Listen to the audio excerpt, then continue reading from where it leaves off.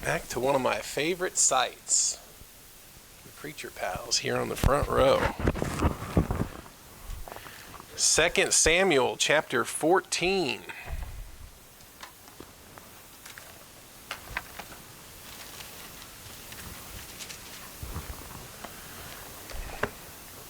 It's been a couple of weeks,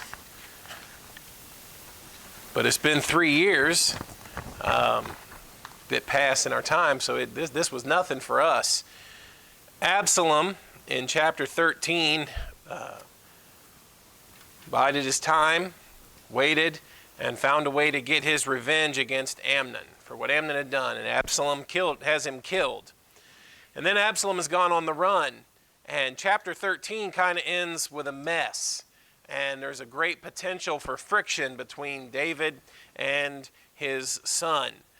The longer that Absalom is gone, the longer he has to stew over this situation. Absalom feels justified, sure, in what he has done.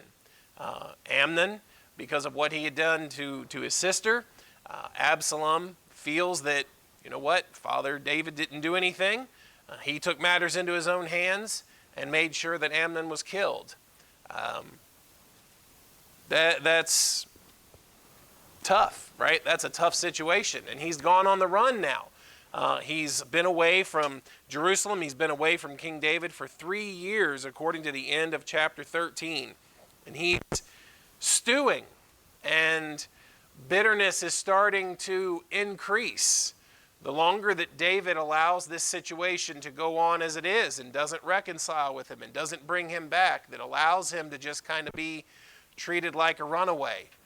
Absalom would have had some of the sympathy of the people, right? There's not a lot of tears going to be shed for Amnon, right? Outside of maybe some of the family, maybe some of those that were close to him, there's going to be a lot of people that agree with what Absalom did. You know, how many fathers, how many brothers would have maybe done the same thing? So Absalom is away, stewing, embittered, and that's kind of the context of how chapter 14 opens up tonight. Absalom's return.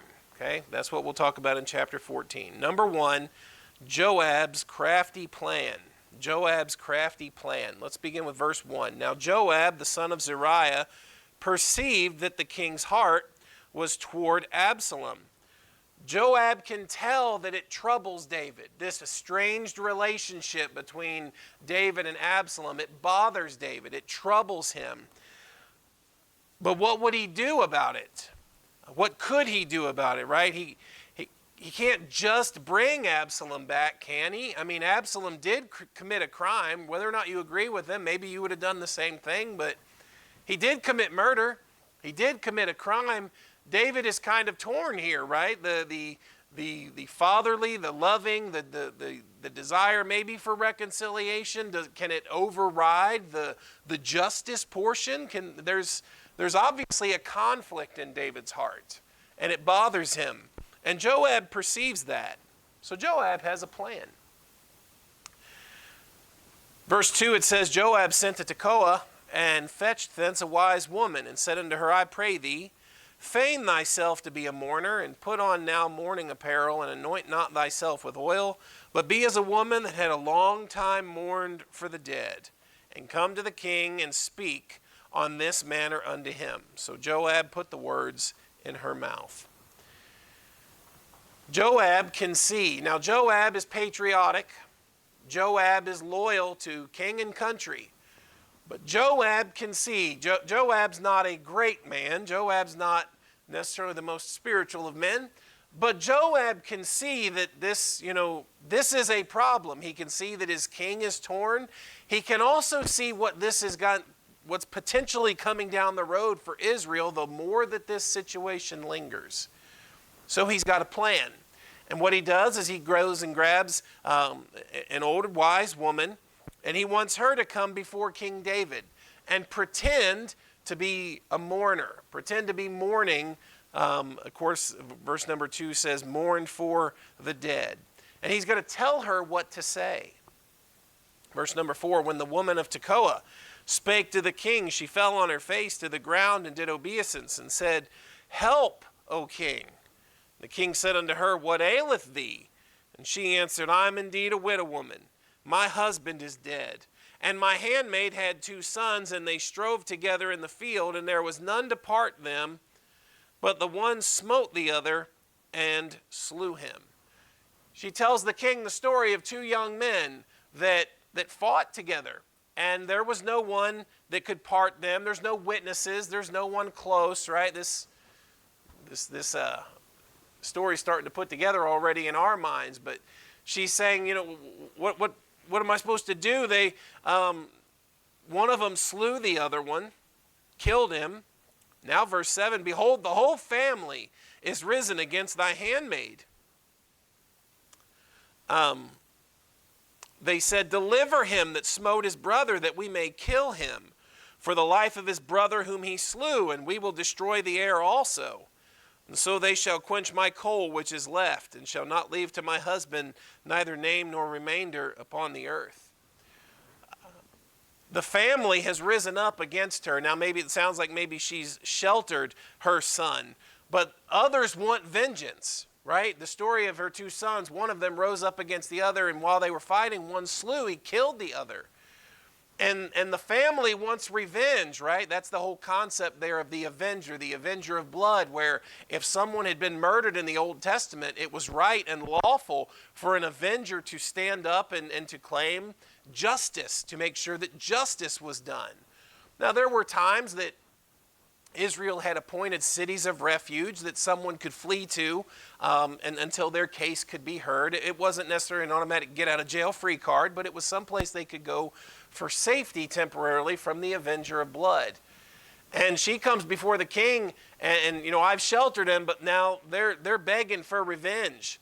They're threatening to kill him, to avenge the death of his brother, and he's all I've got left.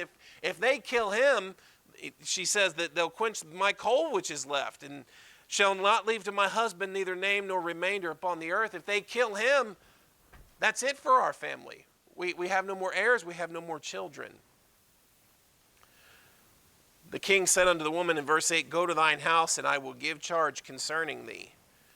David tells her to go home and gives indication here that he will give ear, and he's going to inquire about this case, right? This is a compelling story, that this woman has 2 sons, and they fought, and one's killed the other, and now she's at risk of the avenger coming after him and being left destitute, being left alone, being left with no heir, no children left. David, you go home. I'm going to think on this. I'm going to learn more about this. I will, according to verse 8, give charge concerning thee. Well, that's a problem. She can't have King David actually going to inquire about this story. You know why? Because it never happened. It's a fake story. So verse number 9, the woman from Tekoa, she said unto the king, O my lord, O king, the iniquity be upon me and upon my father's house, and the king and his throne be guiltless. She speaks. She obviously, again, she can't have him really investigate it. So she immediately appeals, oh, king, no, listen, just put the blame on me. Put the blame on my family. Don't go to too much trouble, and don't think anything of it. I don't want you to waste any more time that is necessary. I want the king to be guiltless in this. Just know that if there's any wrong done, I'll take the blame for it. Verse 10, the king said, Whosoever saith aught unto thee, bring him to me, and he shall not touch thee anymore. David says, you go find the avenger, you go find the one that's troubling you, and you bring him before me. And we'll get this sorted out. I'll make sure that he doesn't harm you. I'll make sure that what he's saying, I'll put an end to it. Well, again, it's a fake story, right? That's not the answer that she was looking for, or the answer that Joab was looking for. So one more time, verse number 11, then said she, I pray thee, let the king remember the Lord thy God, that thou wouldest not suffer the revengers of blood to destroy any more, lest they destroy my son. She said, remember the Lord. The Lord, there's an appeal there, because listen, king, the Lord is gracious, right? And the Lord is merciful. Remember him. That's request for him to imitate. When she says, remember the Lord, she's making a request for him to imitate. If our Lord is forgiving and if our Lord is gracious, then please, you be the same way. Remember, don't allow this to go any further. And in verse 11, he agrees. He said, as the Lord liveth, there shall not one hair of thy son fall to the earth. Now, David, without actually investigating the story, without actually getting any more details about it, gives his word that the son won't be touched. Now, justice is kind of passed over for forgiveness' sake, right? That's not exactly how the Lord forgives us, right? The Lord forgives us on the basis of the satisfaction of our sins, right? When we're forgiven, Jesus Christ has paid for the penalty of our sins. Our forgiveness is never at the expense of justice. And yet David is willing to. David has not heard any more details. He's not investigated the story. Just because of this woman's request for forgiveness, David grants that to her. And that is important. Look at verse number 12. Then the woman said, let thine handmaid, I pray thee, speak one word unto my lord the king. Now that she's heard that, King, I have something else I need to say to you. He says, okay, verse 13. The woman said, wherefore then hast thou thought such a thing against the people of God? For the king doth speak this thing as one which is faulty, and that the king doth not fetch home again his banished. This woman that's brought David this story, this compelling story, says, King, you're contradicting yourself. That's what she means when she says, the king doth speak this thing which is faulty. Now, King, you're contradicting yourself here, right? You promise protection for my son, and yet you haven't initiated any kind of reconciliation for your banished, right? There's someone who's been banished from Israel that this story is really starting to sound quite a bit alike, right? That someone has killed someone, and there's torn factions, right? There's the group that wants justice. There's the group that wants the avenging. And there's the group that wants the forgiveness. There's the group that wants the reconciliation, right? That's kind of what's happening in Israel at this point as it deals with Absalom. Yes, some people think that justice ought to be served. Absalom should be punished for what he's done. There's the other group that, is a little more sympathetic. Amnon kind of had it coming. A lot of people would have done the same thing.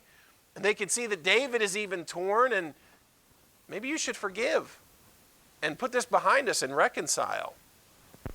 See, they're in a precarious position. Every day of estrangement, I like what she says in verse number 13. Wherefore then hast thou thought such a thing against the people of God? This thing, what's going on right now, is actually not good for Israel. Now remember that Joab has put her up to this. Joab realizes that the longer this situation goes on, it's bad for Israel. Every day of estrangement makes Absalom all the bitter, and in turn, this is going to create a lot of friction between Absalom and David and some other people in his country. Joab realizes the precarious position that they're in. Now, not only is it a precarious position, but she's going to plead urgency here in verse 14. She says, for we must needs die, and are as water spilt on the ground, which cannot be gathered up again. Neither doth God respect any person, yet doth he devise means that his banished be not expelled from him. After telling him in verse number 13 that you have someone banished, that you haven't reconciled, you have someone banished that you haven't promised protection to, now she mentions the urgency of it. King, we're going to die. We're all going to die. You're going to die. Absalom's going to die. We're all going to die, right? Verse 14, we must needs die.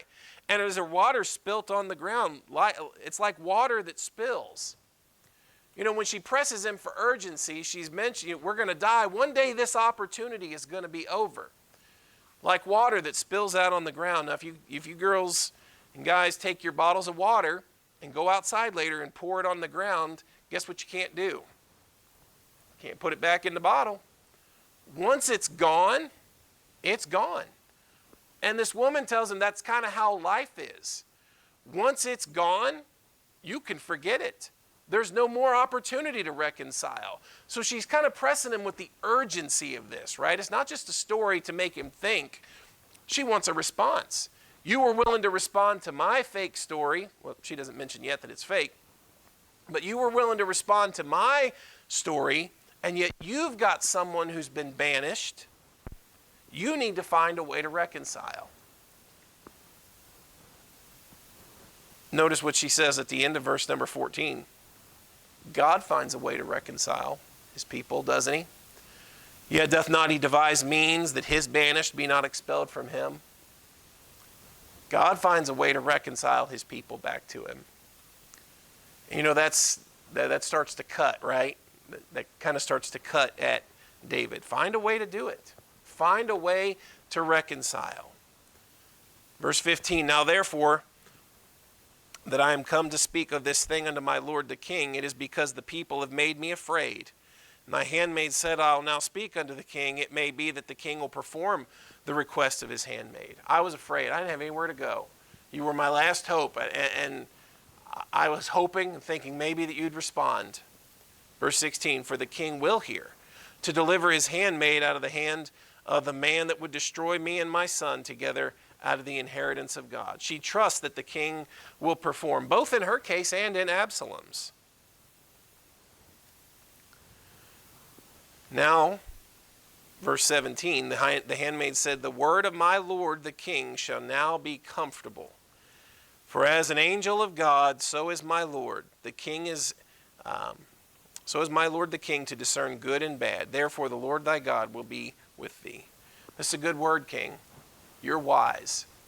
When you told me, when you promised reconciliation, when you promised protection for my son, that was wise. That was good.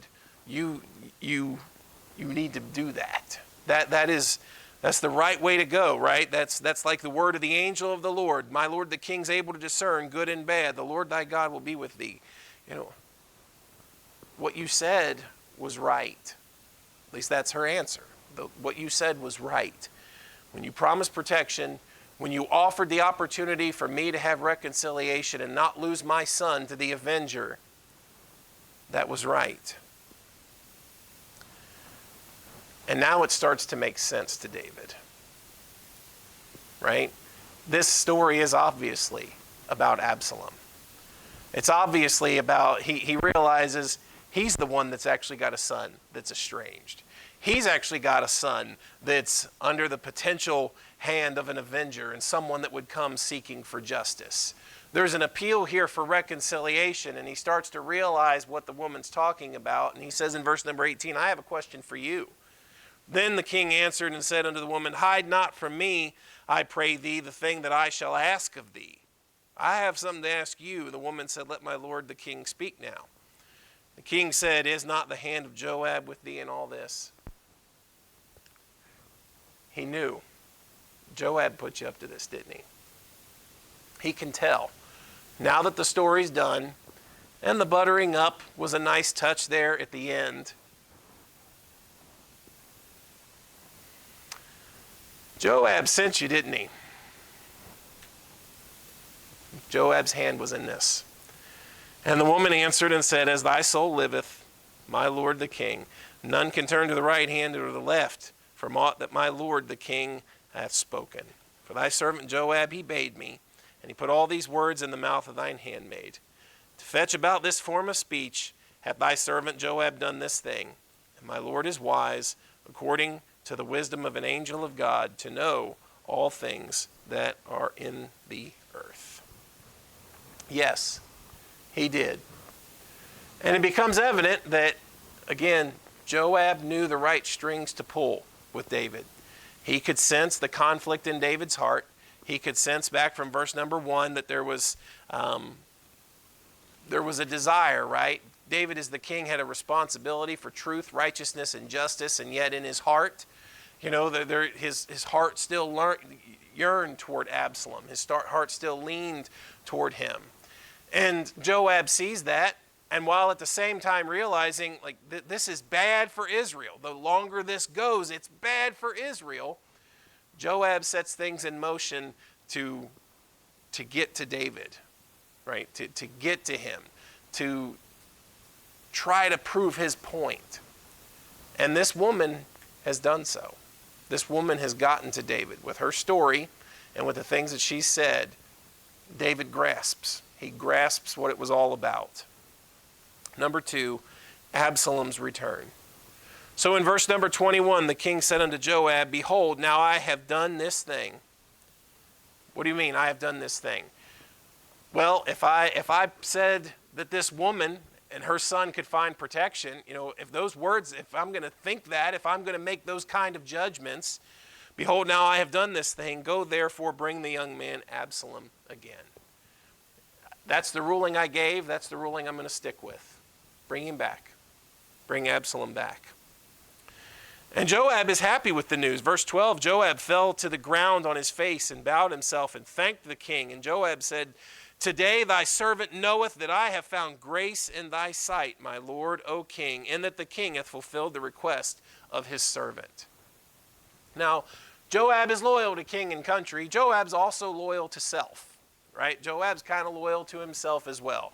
And he's gotten off the hook. David could have responded really ill toward this once he found out Joab was really the one behind it. But he doesn't. And Joab, listen, a forgiving David is good news for Joab because Joab's not yet off the hook for some of the things he's done. Right? Go back and read about Abner again and some of the things that Joab has done.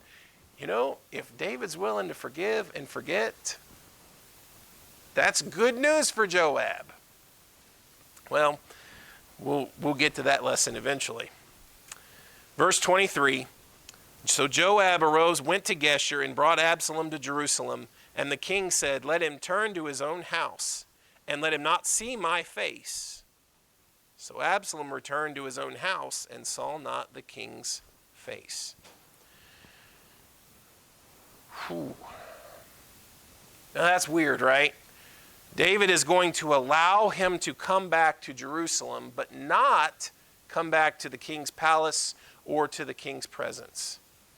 Now what's going on here? Well, the truth is, again, there is still a little bit of a conflict, right? David wants to reconcile. He doesn't want to see his son estranged and cast off, living, in other territory, run off from the land of Israel and from Jerusalem. The other side of this equation is still reality, right? Absalom's a criminal. Absalom did wrong. There's still this matter of justice, isn't there? There's still this weird tension. And so while David wants there to be at least some level or degree of reconciliation, he can't just totally bypass all that's gone on, right? So, all right, let him come home. Let him at least come back to Jerusalem. He doesn't have to live amongst the, Geshur anymore. Bring him home, bring him back amongst his people. It's not good for him to be there. It's not good for Israel to endure this and be part of this situation. We'll bring him home. I can't bring him like home to my house, and I'm not going to see him, but bring him back. So maybe this issue isn't quite as resolved as we think, right? You get to the end of verse 24, there's friction there, right? There's still this, is he reconciled? Is Absalom on the hot seat? Is there trouble brewing? What's going on? And here you've got Absalom that hears that he's going to be welcomed back, but not fully, not completely. That's not going to sit well with Absalom. Absalom doesn't feel like he's done anything wrong. Absalom feels, he's gone on the run, not necessarily because he feels like he's done unjustly or because he hasn't done what 100 other men would do, but because, they're gunning for him. Somebody's going to get him. Someone's going to pursue after him. So he's gone on the run. He's going to be brought back now. But what kind of forgiveness is this? I can go home, but I can't go home. I'm like, It's trouble. This is stirring a lot of trouble. And while David maybe thinks that this is a helpful step, you can see how Absalom may not take it as such. Number 3, Absalom's popularity. Absalom is a popular man in Israel. Verse number 25, but in all Israel there was none to be so much praised as Absalom for his beauty. From the sole of his foot even to the crown of his head, there was no blemish in him. Absalom's a handsome guy. He looks the part.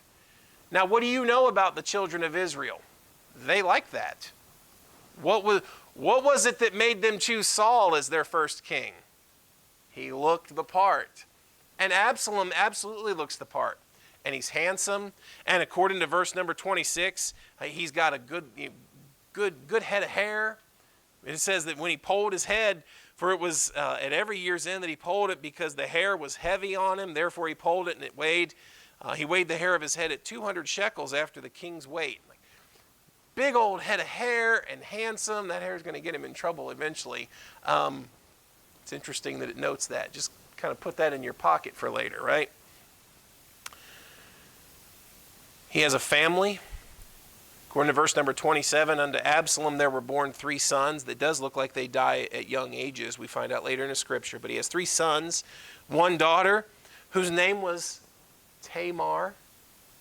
She was a woman of fair countenance. It seems that, he's named his daughter after his sister who had been abused and mistreated.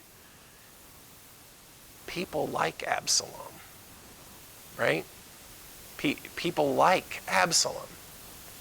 And there's this sympathetic portion of people's nature, and there's the other portion of people's nature that look at Absalom, and he's handsome, and he's got a nice looking young family, and people are drawn to that. Listen, people are drawn to personalities. People are drawn to people that look the part, that stand up straight and are good looking. Verse 28, so Absalom dwelt 2 full years in Jerusalem and saw not the king's face. He was gone on the run for 3 years, and then he's brought back into Jerusalem, and still for another 2 years, David won't see him. There's not a real intimate reconciliation. This went on for 2 years, reconciled, but only partially. That bitterness in Absalom continues to grow. He felt justified in what he had done, and he's just, that's starting to wear on him. I'm not excusing it. I'm not saying it's right, but you can see that he's starting to get frustrated, and his bitterness is starting to grow. And the seeds and the foundation are laid for him to turn on his dad, to turn on David. He wants an audience. Verse 29, therefore Absalom sent for Joab to have sent him to the king. It's time. It's been 2 years. I've been back for 2 years. He calls for Joab to give him an audience with the king. But he would not come to him. And when he sent again the second time, he would not come. Joab knows, okay, David let me go this far. David answered my request. I'm not going to push David any further with this. So Joab doesn't respond to the first call, to the second call. Well, and then verse number 30, therefore he said to his servant, see, Joab's field is near mine, and he hath barley there. Go and set it on fire. I know how to get his attention. Go set his fields on fire. And they did, according to verse 30. They set the field on fire.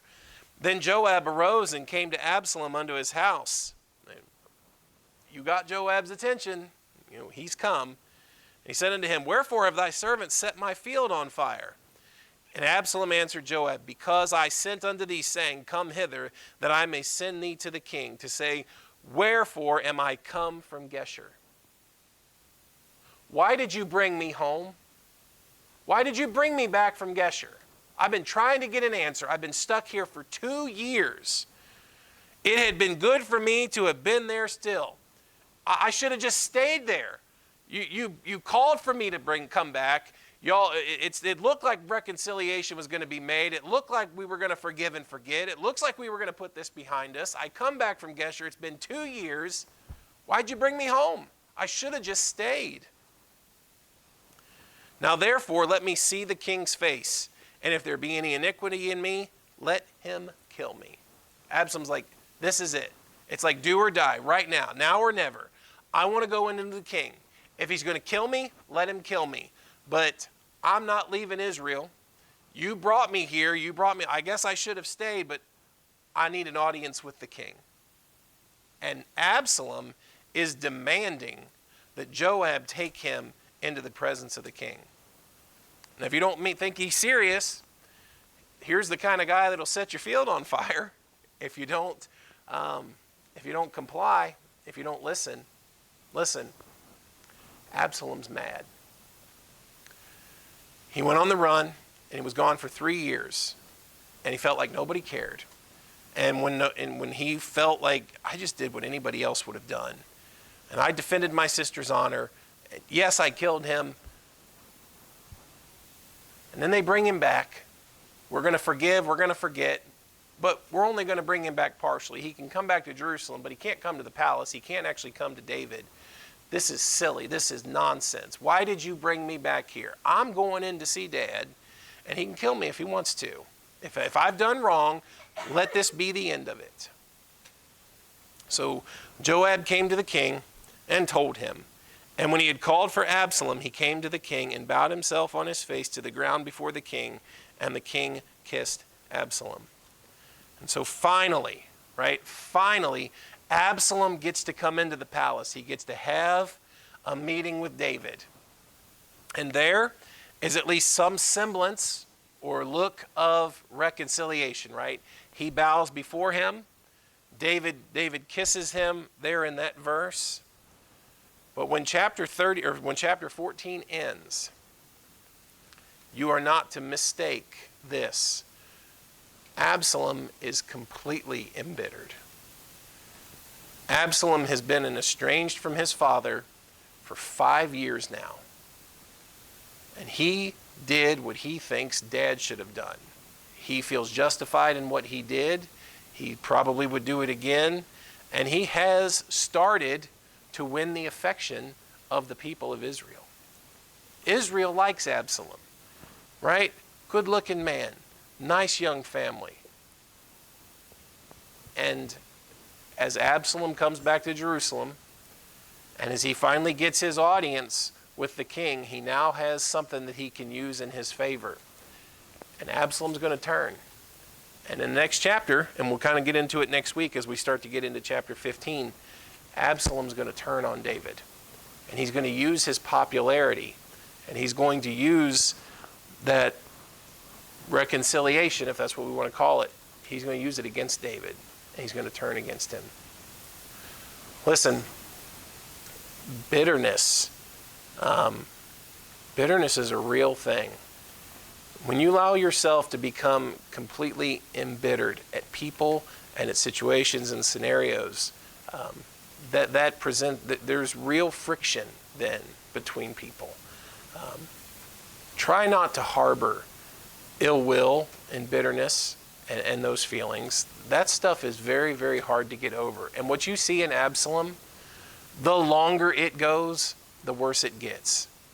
Now, we're people, and we have personalities, and we aggravate each other, and we get on each other's nerves, and it's more than that, right? Sometimes I say those things, and it's almost kind of silly the way that we write it off. We actually do things at times to hurt each other. And sometimes, maybe it's not intentional, but there's times we say things to each other, and we hurt each other's feelings, right? And it's not just kids, right? You guys play, and then you fight, and then you play, and you fight, and sometimes you say things that really hurt each other's feelings. Adults do that. Right? We're not above doing that. We say things that hurt each other's feelings, and we pick at each other, and we get at each other. And if we're not careful, and we don't reconcile, that can start to harbor ill will and bitter feelings toward each other. And if bitterness doesn't get addressed, and that stuff gets allowed to linger and to fester, guess what? Absalom has come home, and he's bowed the knee before his father, and he doesn't have any real feelings of honor for David in his heart. He doesn't have any real feeling of honor. This is a tool, and Absalom's getting ready to turn on him. Let's do our best to not let that fester and linger. And if there is ill will, and if there are hurt feelings, and if there are things that have been done or said, let's try to reconcile. Try to reconcile if we can. David was put in a very, very tough spot. What should he do? Should he just forgive and forget? Should he call for justice and have Absalom executed? David staggered, and he didn't do either. And the longer he went without picking a side, the worse things got. The worse things got for his relationship with Absalom. And as we see here, and we'll see next week, the worse things actually get in Israel. Because now Absalom's going to be able to win the hearts of the people from David. There's going to be a lot of people that look at David and say, yeah, you know what? He did Absalom wrong. I don't actually think David was right in how all of this played out. And Absalom's going to start to capture the hearts of Israel. And David's going to have a bigger mess on his hand than he had in this chapter. All right? So if you want to, read ahead, kind of read some thoughts from chapter 15. And we'll get into some of that next week, all right?